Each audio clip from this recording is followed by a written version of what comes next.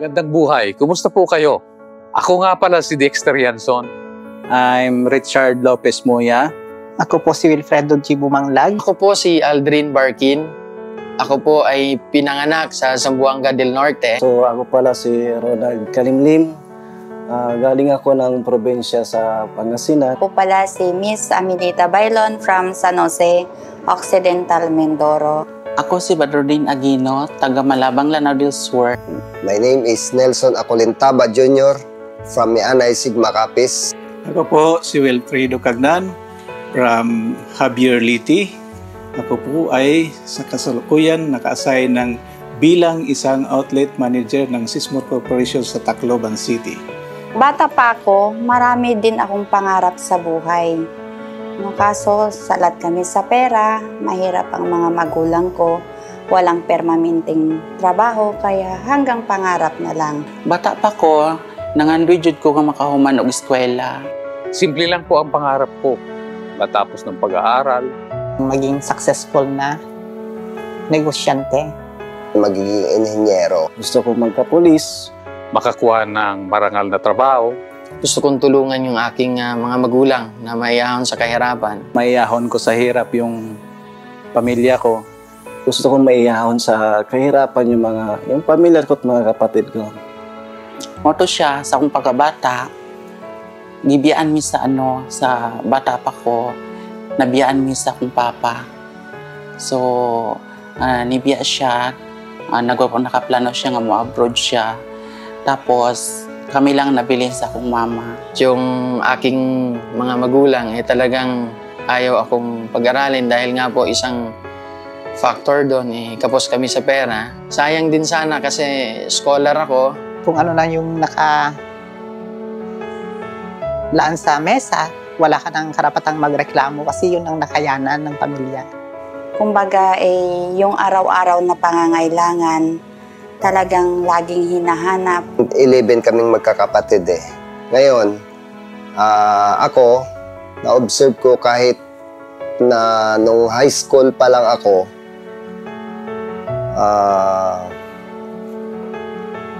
naranasan ko na ang hindi ko, I think dapat maranasan bilang isang bata. Pero, ayun.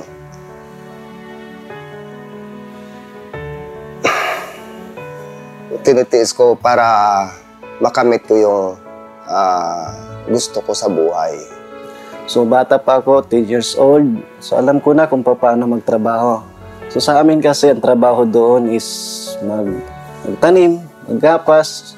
So sa 10 taon na nagkaisip ako, ibatak na ako sa pagtatrabaho. Ako po ay 17 years old nung unang punta ko po ng Manila. Gumawa ako ng sarili kong desisyon na kailangan kong umalis dito sa bayan namin dahil may mga pangarap ako na dapat kong gawin. Pagka-graduate ko sa college,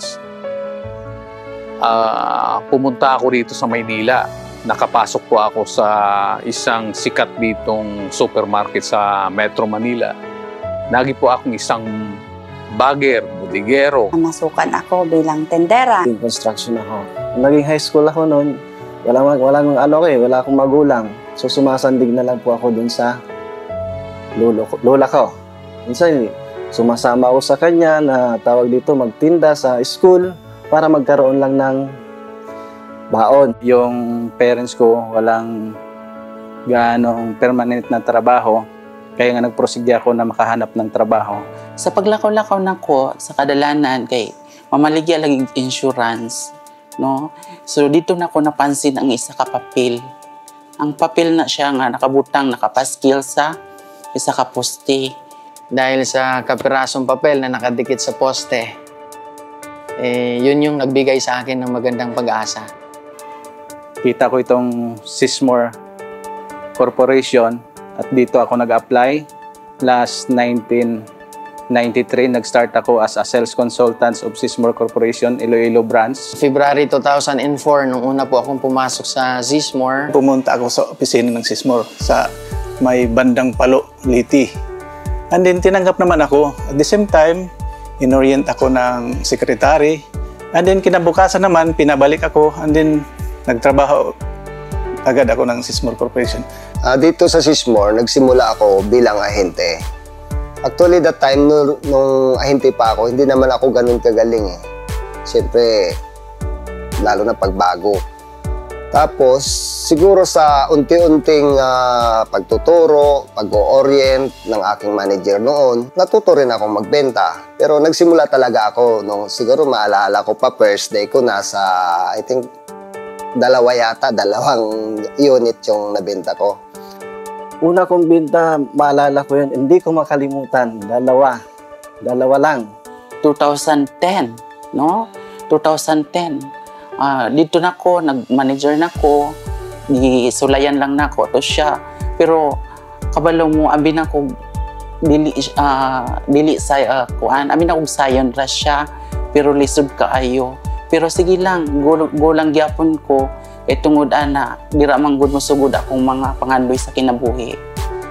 So nung una, sabi ko hindi madali, pero nung maraming gumabay sa akin at maraming nagturo, so natutunan ko po lahat. Sinamahan ako ng isang ahente doon sa field. And then, tinulungan ako niya pag-sales, tinuruan ako ng kung paano mag-sales. Sa unang araw, kumita ako. 800. Sabi ko, aba, maganda. Sabi ko, kumikita. Sabi ko, the same time yung oras ko, sarili ko. May time ako sa pamilya ko, may time ako sa mga anak ko. Kumbagay, napagbabalansi ko. Naisip-isip ko rin, ang ganda palang mag-Sismore. Habang namamasyal ka, kumikita ka pa.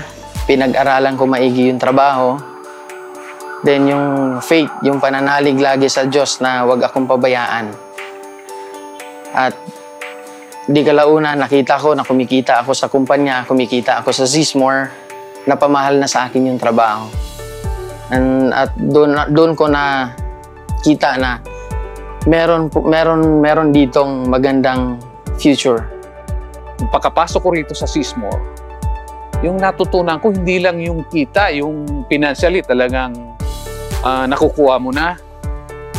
Kundi yung mga bagay na natutunan mo, lalo yung Sismore noon talagang consistent sila sa pag-sponsor ng mga seminars, training, programs. Nakapunta na kami ng Baguio. Nakapunta na ako ng General Santos.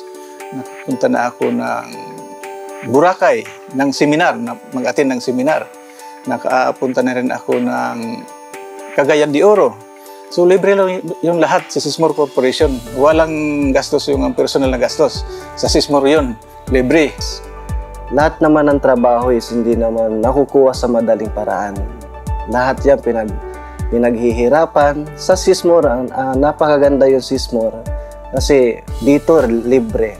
Minsan, libre ka ng bahay, libre ka ng matitirhan, nagbibigay pa mga incentives. So, mag-a-apply ka pa lang.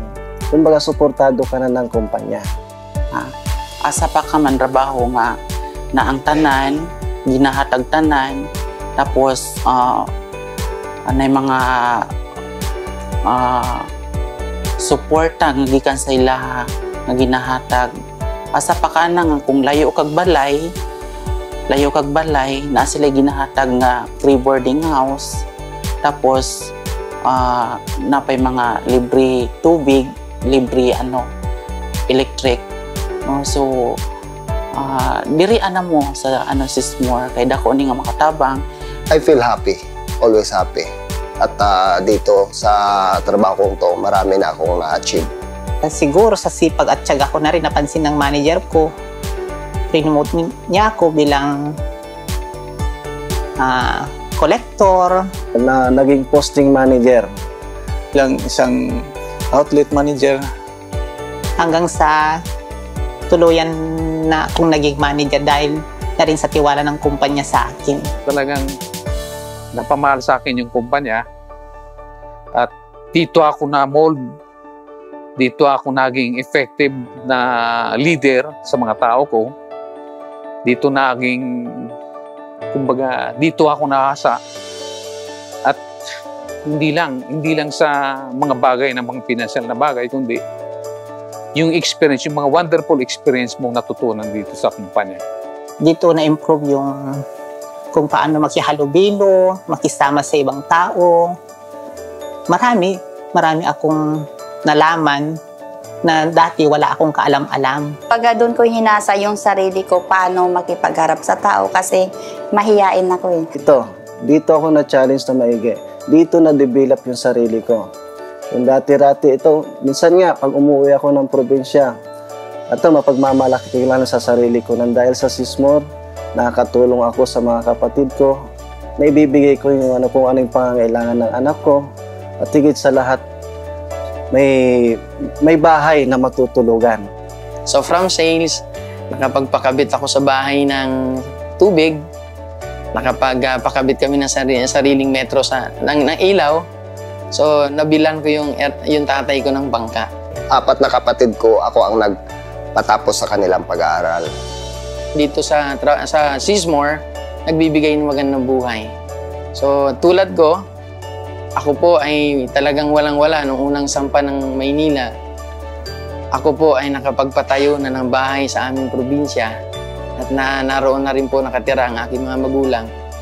At dito naman po sa Metro Manila, buo ang aking pamilya. Kasama ko sila sa araw-araw. Pag uwi ko sa bahay, nakikita ko sila.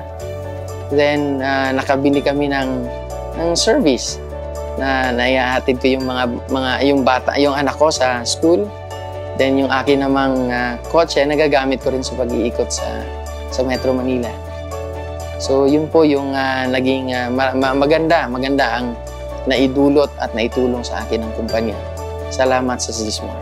Ang Sismore malaki talaga na itulong sa buhay ko. Kaya nga kayo, kung gusto nyo na mag-apply dito, bukas kami lahat na oras dito sa kumpanyang ito, sa Sismore Corporation, para magbigay ng trabaho sa inyo. Kasi sayang yung opportunity. Mahirap maghanap ng trabaho, pero pag dito sa Sismore, tatanggapin kayo namin, tuturuan, at bigyan ng magandang asal.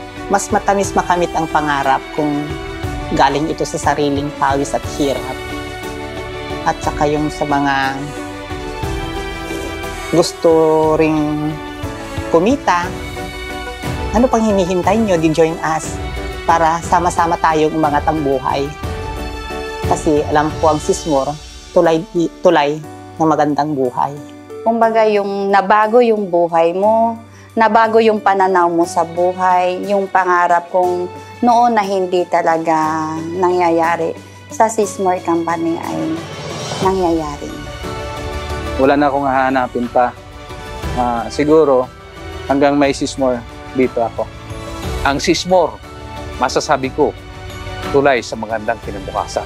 Maraming salamat po.